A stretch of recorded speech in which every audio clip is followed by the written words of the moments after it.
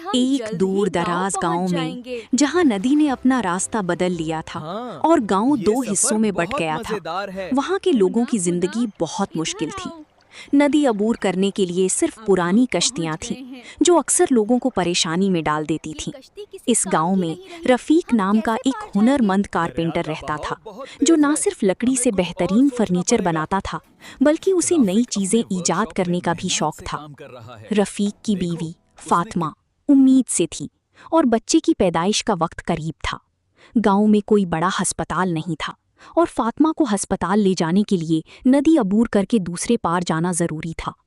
एक दिन जब फातिमा की हालत बिगड़ने लगी, रफीक परेशान हो गया। कश्ती वाले ने बताया कि नदी में पानी का बहाव बहुत तेज है और कश्ती ले जाना खतरनाक हो सकता है।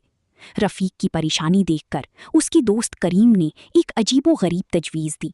रफीक, क्यों ना तुम लकड़ी का रक्षा बनाओ? मैंने सुना है कि दूसरे ममालिक में लोग ऐसी चीजें बनाते हैं जो पानी पर चल सकती हैं। रफीक पहले तो हैरान हुआ, लेकिन फिर उसे लगा कि ये मुमकिन है। उसने अपनी तमाम लकड़ी की महारत और तख्लीकी सलाहियतों को इस्तेमाल करते हुए दिन रात काम किया। उसने लकड़ी के फ्रेम पर रक्षे की शक्ल दी और उसे पानी पर तैरने के लिए मौजू बनाने के लिए उसके नीचे लकड़ी की तख्ते लगाई। उसने एक पुरानी साइकिल की पहिए भी इस्तेमाल किए।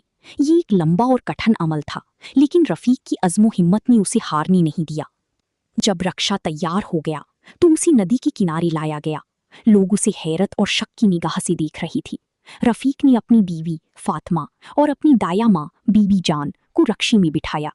करीम ने रफीक की मदद की और रक्षी को नदी में धकेल दिया। रक्षा आहिस्ता आहिस्ता पानी पर चलने लगा। लोग हैरत ज़दा रह गई। ये लकड़ी का रक्षा नदी को अबूर कर रहा था, जैसी कोई कश्ती हो। रास्ते में उन्हें कुछ मुश्किलात का सामना करना पड़ा। नदी में पानी का बहाव तेज था और रक्षी को मुस्तहकम रखना मुश्किल था।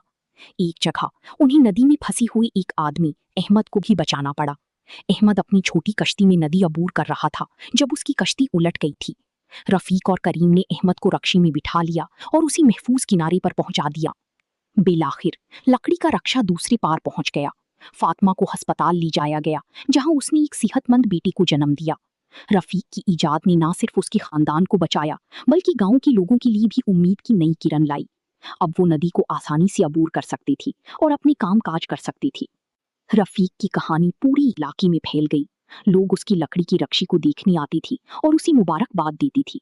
रफीक ने अपनी महारत और तख्लीकी सलाहियतों को लोगों की जिंदगियों को बेहतर बनाने के लिए इस्तेमाल किया और इसकी ईजाद ने गांव को एक नए दौर में दाखिल किया। ये कहानी हमें सिखाती है कि अगर हम अज़्मो हिम्मत के साथ काम करें तो हम नामुमकिन को भी मुमकिन बना सकते हैं, और ये की तख्लीकी सलाहियतें और ईजादात लोगों की जिंदगियों में अहम तब्दीलियां ला सकती हैं। राफिक ने कर दिखाया। जिंदाबाद।